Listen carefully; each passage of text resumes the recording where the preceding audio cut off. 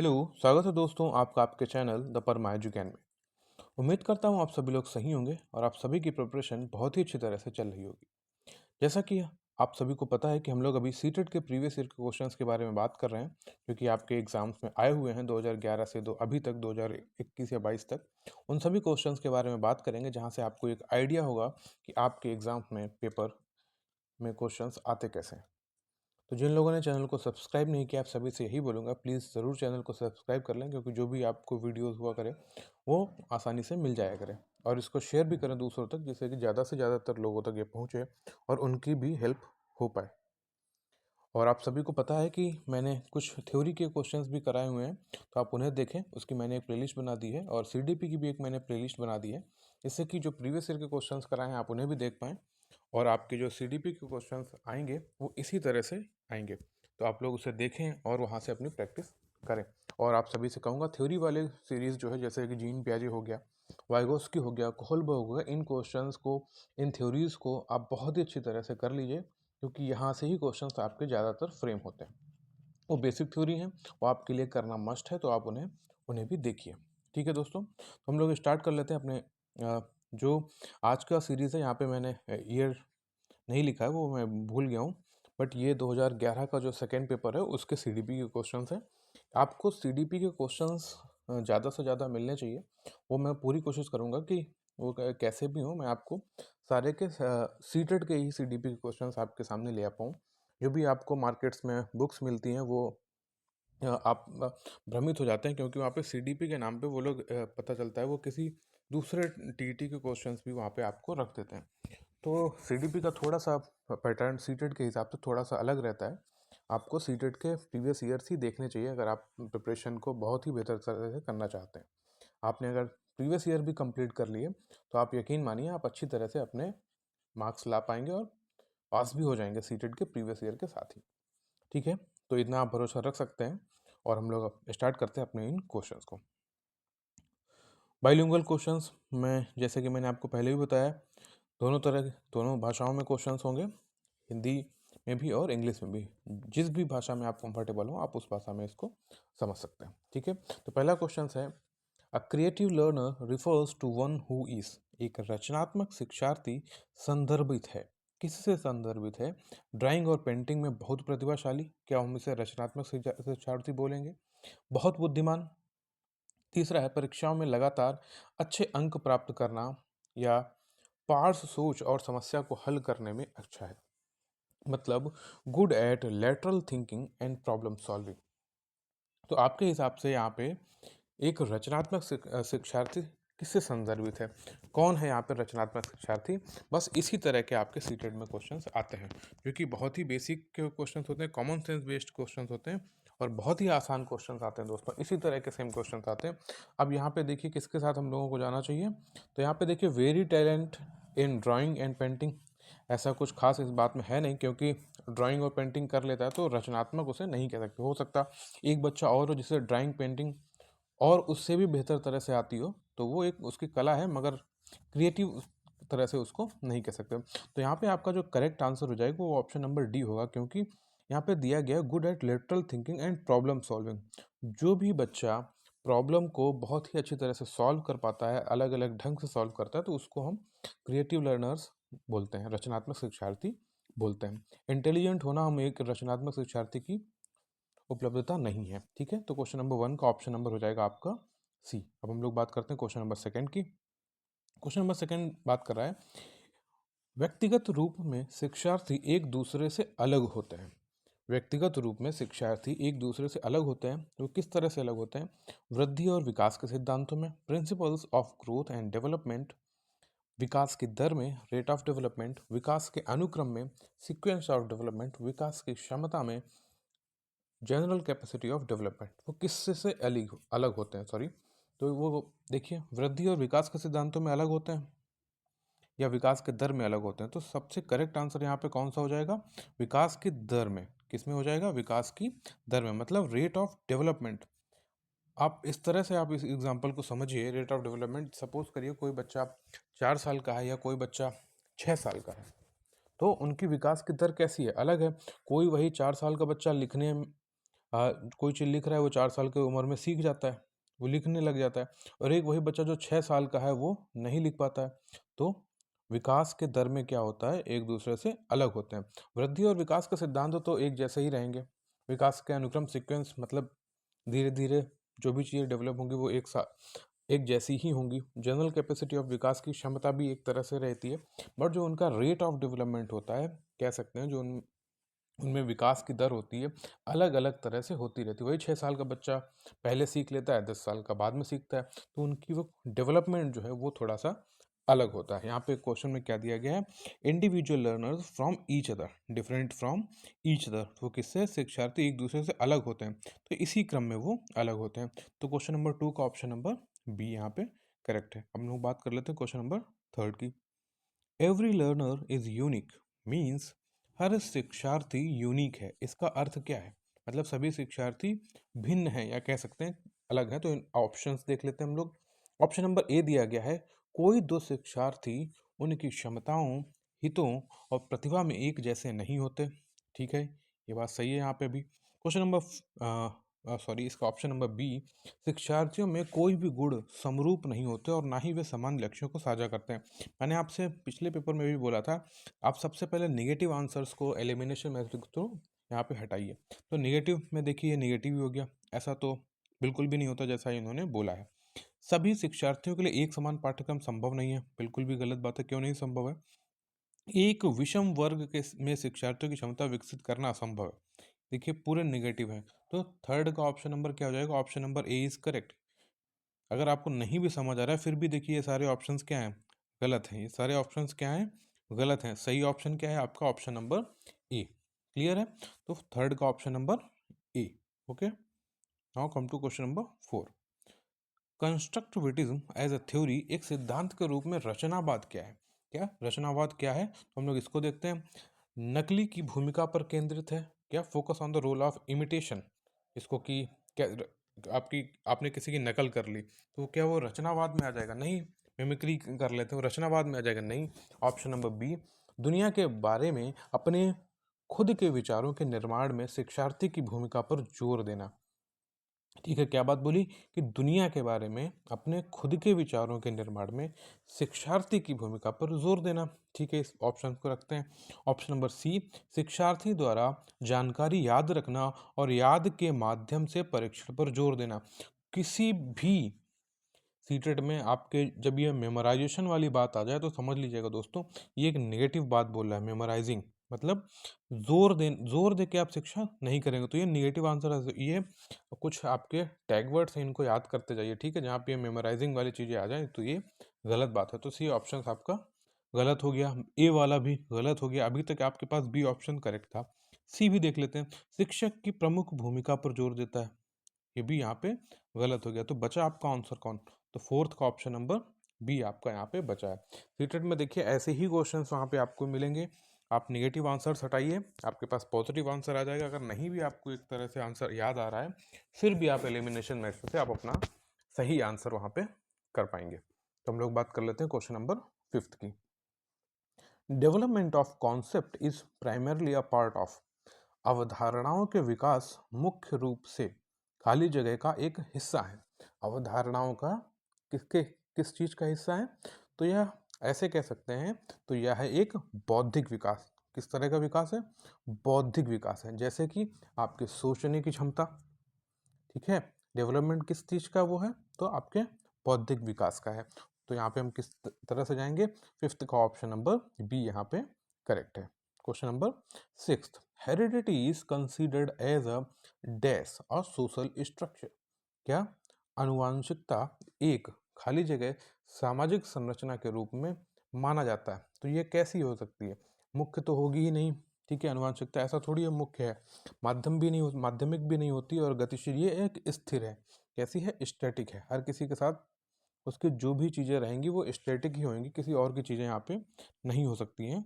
तो ये क्या है, क्वेश्चन नंबर 6 का option number D. Now come to question number 7, the most intense and crucial socialisation takes place, सबसे तीव्र और महत्वपूर्ण सामाजिकरण होता है। ये बात आप सभी को पता होगी, सबसे ज़्यादा ये कब होता है सामाजिकरण, तो ये होता है, ऑप्शन नंबर बी के साथ जाएंगे, किशोर अवस्था में कब होता है? एडोलेसेंस की जो अवस्था में बच्चे होते हैं उस समय क्या होता है, ये आपका एक सोशलाइजेशन डेवलप होता है, ठीक है? बहुत ज़्यादा, जैसे कि आपने देखा होगा दोस्त बनने लग जाते हैं, जहाँ पे आपके फैमिली में आप उस तरह से बातें नहीं करते, मगर आपका एक सोशल सर्कल हो जाता है, वहाँ पे आप हर तरह की बातें करते हो, रोमांटिक बातें करते हो, गर्लफ्रेंड के बारे में, बॉयफ्रेंड के बारे में, इस तरह की बातें आप करने लग जाते हैं। वो किस अवस्था में करते हैं? वो एडोलेसेंस में ही करते हैं, किशोर अवस्था के दौरान। जीवन भर तो नहीं होता है, ठीक है? बचपन के दौरान नहीं होता है, और एडल्टहुड में आप थोड़े से समझदार हो जाते हैं, ठीक है? तो सेवेंथ का ऑप्शन नंबर यहाँ पे आपका कौन सा हो जाएगा? Option number B. Sorry. Question number 8। शिक्षार्थियों जो पहले से सीख चुके हैं उसकी पुनरावृत्ति या याद में मदद करना महत्वपूर्ण है, क्योंकि यहाँ के ऑप्शन देखते हैं। यह किसी भी कक्षा अनुदेश के लिए एक सुविधाजनक शुरुआत है। पूर्व, ठीक है, यहाँ पे देखिए क्या बात बोली है इन्होंने। इन्होंने एक बात बोली है, ये या किसी भी सॉरी, क्वेश्चन पढ़ लेते हैं पहले एक बार फिर से। शिक्षार्थियों जो पहले से सीख चुके हैं, कुछ जो शिक्षार्थी हैं वो पहले से सीख चुके हैं, उसकी पुनरावृत्ति या याद में महत्वपूर्ण करना मदद करना यह महत्वपूर्ण है, क्योंकि यह किसी भी कक्षा अनुदेश के लिए सुविधाजनक शुरुआत है।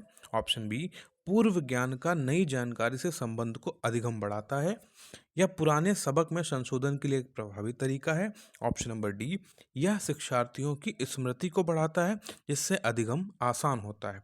तो यहाँ पे किस बात पे ज़्यादा जोर दिया जाएगा? तो यहाँ पे ऑप्शन कौन सा करेक्ट हो जाएगा? जहाँ पे हम अपने पूर्व ज्ञान को नए ज्ञान में जोड़ देते हैं, ऐसा ऑप्शन आपको कहीं भी मिल जाए तो ऑप्शन आपका करेक्ट हो जाएगा। तो ठीक है, जहाँ पे आपकी प्रायर नॉलेज जो है वो आपके एनहेंसिंग नॉलेज, न्यू इन्फॉर्मेशन में इनहेंस कर देते हैं, तो वो आंसर आपका करेक्ट हो जाएगा। तो 8 का ऑप्शन नंबर क्या है करेक्ट? यहाँ पे 8 का ऑप्शन नंबर आपका बी करेक्ट है, ठीक है। Question number 9। अकॉर्डिंग टू प्याजे, during the first stage of development, birth to about 2 year, a child learns, ठीक है। प्याजे के अनुसार विकास के पहले चरण, जन्म से 2 साल की उम्र के दौरान एक बच्चा सबसे अच्छा सीखता है किस चीज को? तटस्थ शब्द समझने में, ये तो बच्चे में अभी विकसित ही नहीं हो रहा है। एक सार व्यवहार की सोच में, ऐसा भी नहीं है। भाषा के नए अधिगत ज्ञान को लागू करके, ऐसे भी नहीं। बचा हुआ कौन है? अपनी इंद्रियों का उपयोग करने, ठीक है। मैंने अभी आप लोगों से बोला था जीन प्याजे, वाइगोस्की, इनसे क्वेश्चन आपको मिलेंगे ही मिलेंगे दोस्तों। तो ये थ्योरी आपके लिए एक रामबाण है, वो आपको पढ़ना ही पड़ेगा, क्योंकि इन बिना इन थ्योरीज के आपके क्वेश्चंस वहाँ पे प्रॉब्लम क्रिएट करेंगे, क्योंकि यहाँ से डायरेक्टली क्वेश्चंस आ जाता है। अगर आपने जीन प्याजे की थ्योरी पढ़ी होती या पढ़ी है जिन लोगों ने, उन्हें इस बात को पता होगा। जिन लोगों ने नहीं पढ़ी उनसे रिक्वेस्ट करूंगा आप उसको जाके यहाँ पे देखिए, मैंने एक प्लेलिस्ट बनाई हुई है, ठीक है। बात कर लेते हैं हम लोग क्वेश्चन नंबर 10 पे। Theory of learning which totally and only depends on observable behavior is associated with dash theory of learning। क्या है? अधिगम का सिद्धांत जो पूरी तरह से और केवल विचार योग्य व्यवहार पर निर्भर करता है, अधिगम के सिद्धांत के साथ जोड़ा जा सकता है। तो ये किस ऑप्शन के साथ चला जाएगा? अगर इस तरह की लर्निंग जो कि ऑब्जर्वेबल बिहेवियर के साथ जाएगा, तो हम किसको, मतलब विचार योग्य व्यवहार के साथ जाएगा, तो ये व्यवहारवादी के साथ जाएंगे। किसके साथ जाएंगे? व्यवहारवादी। कुछ यहाँ पे देखिए कॉग्निटिव मतलब कुछ दिमाग वाली चीज़ें, इस तरह से मतलब संज्ञान वाली चीज़ें यहाँ पे नहीं है। यहाँ पे किस तरह से बात करेंगे? Observable behaviour. तो ऑब्जर्वेबल बिहेवियर, देखिए कुछ चीज़ें आपको, बहुत सारे लोग कहते हैं सर इंग्लिश में समझ नहीं आता, बट दोस्त आप सभी लोग टीचर बनने जा रहे हैं, तो आपको थोड़ी बहुत अंग्रेजी, या कह सकते हैं एक पाठ्यक्रम के माध्यम से आनी ही चाहिए, ठीक है। तो कुछ चीज़ें आपके जो सीटेट में इंग्लिश के वर्ड्स होते हैं वो आपके आंसर्स को और अच्छी तरह से करने में मदद करते हैं। तो आप लोगों को इंग्लिश के भी कुछ वर्ड्स पता होने चाहिए, उनको समझते रहना चाहिए, ठीक है। आपके लिए ही पॉजिटिविटी के साथ आपके काम आएंगे। तो 10th का option number C. Question number 11। भारतीय समाज के बहुभाषी चरित्र के रूप में देखा जाना चाहिए कि भारतीय समाज के बहुभाषी चरित्र के रूप में देखा जाना चाहिए क्या? ऑप्शन नंबर ए, शिक्षण अधिगम प्रक्रिया में एक बाधा। ये देखिए नेगेटिव बात इन्होंने बोल दी, बाधा तो गलत है, बाधा तो हो ही नहीं सकता बहुभाषी। स्कूल जीवन के संवर्धन के लिए संसाधन, ठीक है, इसको रखते हैं। छात्रों के अधिगम के लिए प्रेरित करने के लिए शिक्षक की क्षमता के लिए एक चुनौती, ऐसी भी कोई बात जहाँ पे इस तरह की चीज़ें आएंगी वो निगेटिव ही रहेगा दोस्तों, ठीक है। अब हम लोग डी की बात करें, 2 ऑप्शन आपके गलत हो गए, बचे हुए बी और डी, मतलब 50% आंसर आपने सही कर दिया। एक और पहलू है कि स्कूल जीवन शिक्षार्थियों के लिए एक जटिल अनुभव करता है। फिर से देखिए एक नेगेटिव बात यहाँ पे बोल दी, क्या जटिल अनुभव। जैसे ये सारी चीज़ जब आपके पास आ जाए तो ये नेगेटिव वर्ड ही शो कर रहे हैं। तो अब देखिए बचा हुआ ऑप्शन आपको कुछ भी करना ही नहीं है, ये करेक्ट हो गया। अब इसको पढ़ भी लेते हैं। स्कूल के जीवन के संवर्धन के अगले संसाधन और source of enrichment of school life. आप देखिए जीवन के संवर्धन अगर नहीं भी समझ पा रहे हैं तो इनरिचमेंट ऑफ स्कूल लाइफ मतलब वो आपके लिए बहुत ही बेहतर रहता है। जब आप दो तरह की भाषा सीखते हैं, दो तरह के कैरेक्टर होते हैं, कैरेक्टर का मतलब यहाँ पे आपको कई तरह की भाषा आ रहे हैं तो आपको नॉलेज एक्वायर करने में और मदद मिलती है स्कूल में। तो यहाँ पे 11th का ऑप्शन नंबर सी करेक्ट है। हम लोग बात कर लेते हैं क्वेश्चन नंबर 12 की। क्रिएटिव आंसर्स रिक्वायर, रचनात्मक जवाब की आवश्यकता है। किस तरह?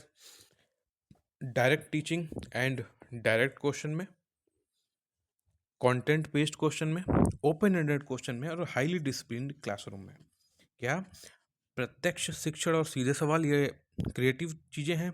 नहीं। जब हम डायरेक्ट क्वेश्चन आंसर करेंगे तो क्रिएटिव नहीं है। सामग्री आदत मतलब कंटेंट बेस्ड, सपोज करिए इस सिर्फ और सिर्फ एक ही चीज़ पे बात करें तो क्या वो क्रिएटिव आंसर से? नहीं।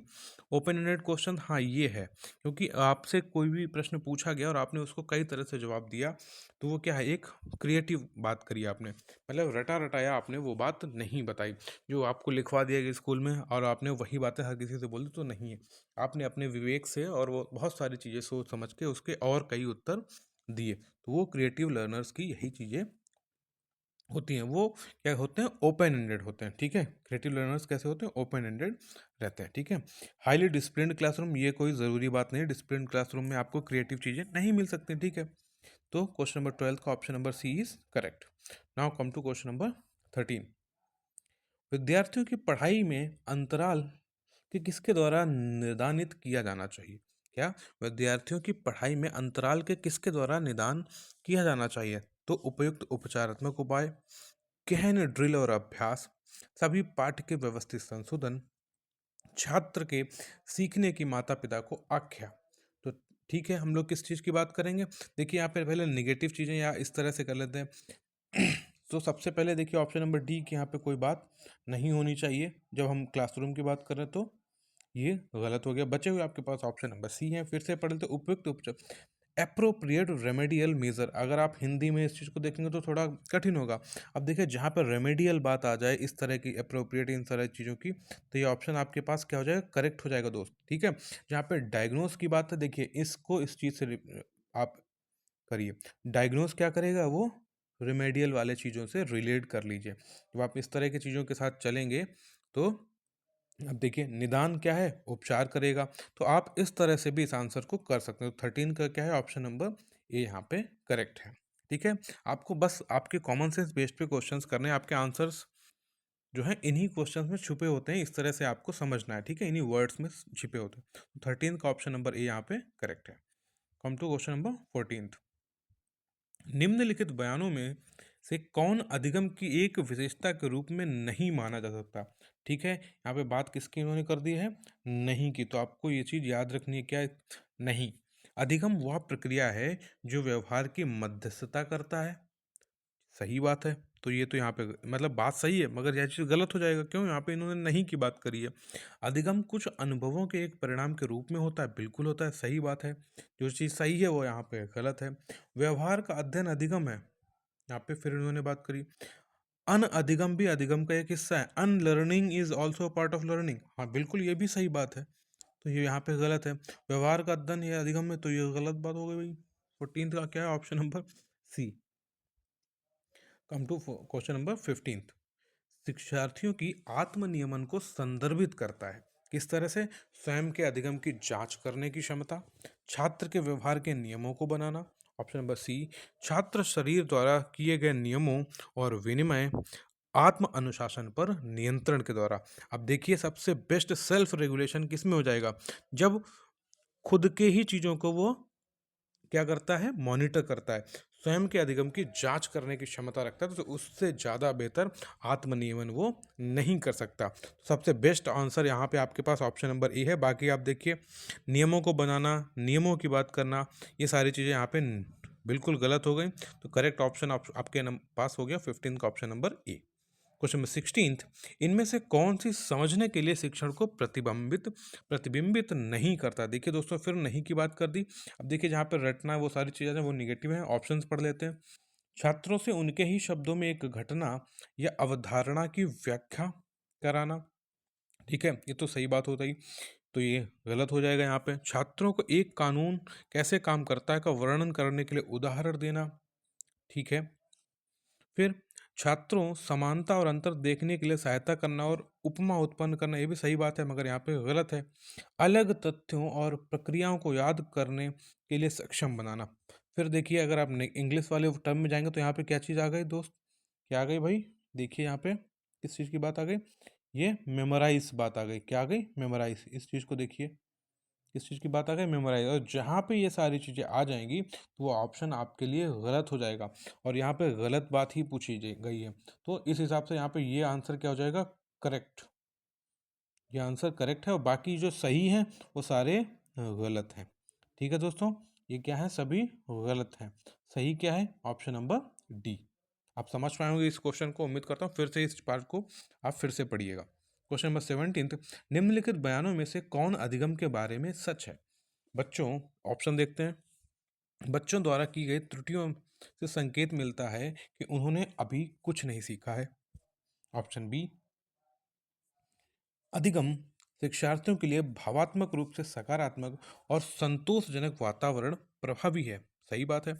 ऑप्शन नंबर सी, अधिगम शिक्षा के किसी भी स्तर पर भावनात्मक कारणों से प्रभावित नहीं होता। बिल्कुल होता है। तो 17 का ये ऑप्शन गलत हो गया। ऑप्शन नंबर डी, अधिगम मौलिक रूप में एक मानसिक गतिविधि है। ऐसा कोई बात नहीं होती है, गलत बात है। तो यहाँ पे करेक्ट आंसर क्या हो जाएगा? 17 का ऑप्शन नंबर बी करेक्ट हो जाएगा। आप जब इसको पढ़ेंगे आप इस चीज़ को समझ पाएंगे। कैसे? Learning is effective in an environment that is emotionally positive and satisfies for the learner. बिल्कुल भी सही बात है। सबसे पॉजिटिव चीज़ है, जब आप बहुत सारे ऑप्शंस पढ़ेंगे आपको सही लगेंगे कुछ, उसमें से भी सही में से भी कुछ ज़्यादा सही है। तो ज़्यादा सही क्या है? 17 का ऑप्शन नंबर बी। आ जाते हैं अपने 18वें क्वेश्चन पे। मानव विकास के कुछ सिद्धांतों पर आधारित है। क्या मानव जो है, मानव विकास क्या है? कुछ सिद्धांतों पर आधारित है। निम्न में से कौन सा मानव विकास का एक सिद्धांत नहीं है? आपने प्रीवियस ईयर आपकी जो प्रीवियस वीडियो थे अगर उनको देखा होगा क्वेश्चन आंसर की, आपने एक उसमें एक क्वेश्चन आया था कॉन्टिन्यूटी वाला, तो ये तो है। ठीक है, सीक्वेंस में भी यही बात हो गई। ठीक है, और ये जनरल टू स्पेसिफिक तो है ही है। अगर आपको आंसर नहीं भी आता तो फिर ये देखिए ऑप्शन यहाँ पे गलत हो गया। तो कौन सा नहीं है? तो इस हिसाब से कौन सा नहीं है? तो ऑप्शन नंबर डी, ये नहीं है, बाकी ये सभी हैं। तो ठीक है, 18 का ऑप्शन नंबर डी। आप देखिए आपको आता क्या है, उस हिसाब से आप चीज़ों को समझ सकते हैं। निरंतरता भी होता है, संकलात्मकता भी होता है, जनरल टू स्पेसिफिक भी होता है। ठीक है, मगर प्रतिवर्ती नहीं होता है। ठीक है, 18 का ऑप्शन नंबर डी यहाँ पे करेक्ट हो गया। अब बात कर लेते हैं क्वेश्चन नंबर 19। मूल्यांकन का मुख्य उद्देश्य होना चाहिए शिक्षार्थियों की त्रुटियों को दर्शाना, शिक्षार्थियों की उपलब्धियों को मापना, एक छात्र अगली कक्षा के लिए प्रोत्साहित किया जाना, इसे तय करना, निदान और अधिगम में अंतराल का उपाय करने के लिए। तो 19 का ऑप्शन क्या हो जाएगा? Should be. क्या होना चाहिए? अभी मैंने इससे पहले भी एक चीज़ बताई थी, to diagnose and remedy gaps in learning. ठीक है, सबसे बेस्ट ये क्या होना चाहिए? मूल्यांकन का उद्देश्य ये सारी चीज़ें होनी चाहिए, जैसे कि उसको हम लोगों को डायग्नाइज करना चाहिए और रेमेडी बतानी चाहिए, मतलब उसमें कमी क्या है, वो किन तरह से चीज़ों को सुधार सकता है। मूल्यांकन का उद्देश्य यही होना चाहिए। ऐसा नहीं है कि आपने क्या किया, उसकी खाली गलतियों को बता दिया। ऐसा नहीं, उसने अगर आपने गलतियों को बताया तो उसकी जो गलती वो सुधार सकता है उसको भी बताना चाहिए, मतलब उसको डायग्नोज करके उसके रेमेडी भी बतानी चाहिए। उपलब्धि को मानना नहीं, उपलब्ध अचीवमेंट तो ले लिया मगर कोई लर्निंग नहीं करी, पॉजिटिव वे में उपलब्धि नहीं है, तो वो गलत है। फिर अगली कक्षा के लिए, तो ये तो पूरी गलत बात उन्होंने बोल दी। तो यहाँ पे सही बात क्या? मूल्यांकन का उद्देश्य कैसा होना चाहिए? निदान होना चाहिए, और अधिगम में अंतराल का उपाय भी उन्हें बताने चाहिए। अगर वो उसने कुछ गलती की है तो उसके बारे में उसे समझाना भी चाहिए। तो 19 का करेक्ट ऑप्शन क्या है? Option number D. हम लोग बात कर लेते हैं क्वेश्चन नंबर 20। विकलांग बच्चों के लिए समेकित शिक्षा के लिए प्रायोजित योजना में विकलांग बच्चों के लिए शिक्षा के अवसर प्रदान करना है। किसमें? मैंने आपको बताया था कि इंक्लूसिव एजुकेशन की बात अगर आएगी कहीं पे तो वो क्या हो जाएगा? नियमित स्कूल में ही हम उसको लेके चलेंगे। ठीक है, तो यहाँ पे आप ऐसे ही ऑप्शन करेक्ट कर सकते थे। तो 20 का ऑप्शन नंबर ए यहाँ पे करेक्ट है। क्या है? ठीक है, विशेष स्कूल में नहीं, और खुले स्कूल में बिल्कुल भी गलत बात है। ब्लाइंड रिलीफ एसोसिएशन ये गलत हो गया। तो 20 का ऑप्शन नंबर ए यहाँ पे करेक्ट है। क्वेश्चन नंबर 21 सॉरी, निम्न में कौन सा युवा शिक्षार्थियों के बीच वाचन की कठिनाई का एक संकेत नहीं है? दोस्तों मैंने आपको लर्निंग डिसेबिलिटीज़ भी पढ़ाई है, वहाँ से देखिए मैंने बोला था वो क्वेश्चंस आते ही आते हैं। तो अगर आपने वो सारी चीज़ें पढ़ी हैं तो आपके लिए बहुत बेहतर है, नहीं पढ़ी हैं तो आप उन वीडियोज़ को भी देखें जाके। अक्षर और शब्द की पहचान करना, क्वेश्चन नंबर 21, ये डिफ़िकल्टी की बात कर रहे हैं। पढ़ने की गति और प्रवाह में, ठीक है। शब्दों और विचारों को समझने में, जब यहाँ पे देखिए आप क्वेश्चन को कैसे समझ सकते हैं, इन्होंने किस चीज़ों की बात ही करी है, क्या? Not sign of reading difficulty, reading difficulty दोस्तों। तो ये सभी रीडिंग की बात कर रहे हैं, ठीक है, बट ये नहीं कर रहा है, ठीक है। विचारों को समझने की बात कर रहा है, ठीक है, अंडरस्टैंडिंग आइडियाज़ एंड वर्ड्स। बाकी सभी पढ़ने की ही बात कर रहे हैं, कोई शब्द की बात कर रहा है, कोई वर्ड नहीं, सभी पढ़ने की ही बात कर रहे हैं। तो 21 का यहाँ पे ऑप्शन कौन सा करेक्ट हो जाता है? 21 का ऑप्शन यहाँ पे करेक्ट नंबर है सी, ठीक है। वाचन की कठिनाई का एक संकेत नहीं है, ये संकेत नहीं है, ठीक है, विचारों की बात कर रहा है। 21 का option number C. Question number 22, एक शिक्षक उसके वर्ग के प्रतिभाशाली बच्चों को उनके संभावित लक्ष्य को हासिल करना चाहता है। निम्नलिखित में से कौन सा उसका उद्देश्य को प्राप्त करने के लिए नहीं करना चाहिए? उन्हें गैर शैक्षणिक गतिविधियों का आनंद लेने के लिए सिखाना, बिल्कुल ही गलत बात। उन्हें तनाव का प्रबंधन करने के लिए सिखाना, ठीक है। उन पर विशेष ध्यान देने के लिए उनके साथियों से अलग करना, ठीक है, ये सही बात है यहाँ के हिसाब से, क्योंकि यहाँ पे देखिए इस वाले टर्म को आप याद रखिएगा, कौन सा? नहीं करना चाहिए, ठीक है। आनंद लेने के लिए करना चाहिए, प्रबंधन भी बताना चाहिए, उनकी रचनात्मकता को बढ़ाने के लिए उन्हें चुनौती भी देना चाहिए, बट उनके साथियों से उन्हें अलग नहीं करना चाहिए। तो जो गलत है यहाँ पे वो सही है। तो इस ऑप्शन के साथ यहाँ पे जाएंगे हम लोग। ऑप्शन नंबर यहाँ पे इस क्वेश्चन के हिसाब से कौन सा सही है? ऑप्शन नंबर सी, ठीक है। उन्होंने क्या बोला? एक शिक्षक उसके वर्ग के प्रतिभाशाली बच्चों को उनके संभावित लक्ष्य को हासिल करना चाहता है। निम्नलिखित में से कौन सा उद्देश्य को प्राप्त करने के लिए नहीं करना चाहिए? तो उसके साथियों से अलग नहीं करना चाहिए, ठीक है। 22 का option number C. Question number 23, निम्न में से कौन सा आंतरिक रूप से प्रेरित बच्चों की एक विशेषता नहीं है? ठीक है, तो वे हमेशा सफल हों, ऐसी कोई बात, ठीक है। ऑप्शन नंबर बी, वे अपने काम करने में मजा लें। Question number C, option number C, वे काम करते वक्त ऊर्जा के एक उच्च स्तरीय प्रदर्शित करें, वे चुनौतीपूर्ण कार्य को पसंद करें, ठीक है। तो ये सारे ऑप्शंस यहाँ पे सही हैं, बट यहाँ पे गलत क्या है? वे हमेशा सफल हों, ये कोई ज़रूरी बात नहीं है, ठीक है। कभी कभी असफल भी हो सकते हैं, ठीक है। तो इस चीज़ को आपको समझना चाहिए। बाकी अपने काम में तो वो मजा लेते ही हैं, उच्च स्तरीय प्रदर्शन भी करते हैं, वो चुनौतीपूर्ण कार्य भी करते हैं, मगर कोई भी ज़रूरी नहीं है कि वो उस काम, ऐसे सारे काम करने के बाद क्या हों? सफल भी हों। तो यहाँ पे विशेषता नहीं है, वे हमेशा सफल हों। 23 का ऑप्शन नंबर यहाँ पे ए करेक्ट है। अब हम लोग बात करें तो क्वेश्चन नंबर 24, निम्न में से कौन सा प्रारंभिक आकलन के लिए उपयुक्त उपकरण नहीं है? प्रारंभिक आकलन के लिए कौन सा नहीं है दोस्तों? 24 का यहाँ पे ऑप्शन नंबर सी के साथ जाएंगे। बाकी आप सभी को पता ही है 24 का ऑप्शन नंबर सी यहाँ पे करेक्ट है। अब हम लोग बात कर लेते हैं क्वेश्चन नंबर 25, क्योंकि आप सभी को पता है ये सारे प्रीवियस ईयर हैं, तो आपको इन चीज़ों को समझना चाहिए और अपनी प्रिपरेशन को इसी वे में रखना चाहिए कि क्वेश्चन फ्रेम कैसे हो रहे हैं, ठीक है। क्वेश्चन नंबर 25, शिक्षार्थियों किसके लिए प्रोत्साहित नहीं किया जाना चाहिए? शिक्षार्थियों किसके लिए प्रोत्साहित नहीं किया जाना चाहिए? Learner should not be encourage to, कक्षा के अंदर और बाहर दोनों में अधिगम सवाल उठाना, ठीक है। 25 की बात कर रहे हैं। 24 का ऑप्शन नंबर क्या था आपका? एक सेकेंड, हाँ ठीक है, 24 का सी। 25 यहाँ पे दिया है, कक्षा के अंदर और बाहर दोनों में अधिकतम सवाल उठाना। क्या ऐसी कोई बात होनी चाहिए बच्चों में? नहीं। क्वेश्चन नंबर 25 का ऑप्शन नंबर बी, अन्य शिक्षार्थियों के साथ समूह में काम करने के दौरान सक्रिय रूप से बातचीत होनी चाहिए, जितना संभव हो उतना सह पाठ्यक्रम गतिविधियों में भाग लेना, बिल्कुल सही बात है। सवाल जो शिक्षक पूछ सकते हैं उनके सभी का जवाब याद रखना, ये यहाँ पे गलत बात बोली गई है और यही आपके लिए सही ऑप्शन भी है। ठीक है, यहाँ पे क्या प्रश्न किया गया, शिक्षार्थियों किसके लिए प्रोत्साहित नहीं किया जाना चाहिए, तो इस चीज के लिए प्रोत्साहित नहीं किया जाना चाहिए क्या, कि जो क्वेश्चंस आपके मास्टर पूछें, आपके टीचर पूछें और आप वही क्वेश्चंस आंसर रट के आ जाएं और उन्हें उन पे ही जवाब दें, ऐसी कोई भी चीज़ नहीं करनी चाहिए अपने बच्चे के साथ। ठीक है, 25th का option number C, sorry D यहाँ पे करेक्ट है। अब हम लोग बात कर लेते हैं क्वेश्चन नंबर 26 की। प्रेक्षणात्मक अधिगम संप्रत्यय द्वारा किसके द्वारा किया गया, टू ऑब्जर्वेशनल लर्निंग, ये किसके द्वारा दिया गया, तो ये देखिए स्टैटिक क्वेश्चन डायरेक्टली आपके पास आ गया, ये किसके द्वारा दिया गया, तो ये आपको दिया गया है ऑप्शन नंबर बी, बेंडूरा के द्वारा दिया गया। किसके द्वारा दिया गया है, बेंडूरा के द्वारा, तो आपको ये याद रखना है। क्वेश्चन नंबर 26 यहाँ पे दिया गया बयान, एक स्टेटमेंट है, पुरुष आमतौर पर महिलाओं से ज़्यादा बुद्धिमान होते हैं।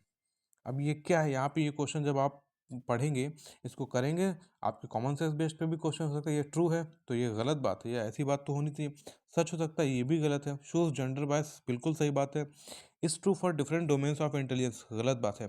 तो ये किस चीज़ को, लिंग भेद को दर्शाता है क्या, जेंडर बायस को दर्शाता है। जेंडर बायस से आपके क्वेश्चन सीटेट में आते ही आते हैं, जहाँ पे इस तरह के क्वेश्चन आ जाएं कि लड़कियों पे ज़्यादा जोर दिया जाता है, लड़कों पे ज़्यादा जोर दिया जाता है, या पुरुष समाज स्त्री समाज की बात करी जा रही है इस तरह से, तो वो जेंडर बायस को दर्शाता है। ठीक है, लिंग भेद को दर्शाता है। 27 का ऑप्शन नंबर सी।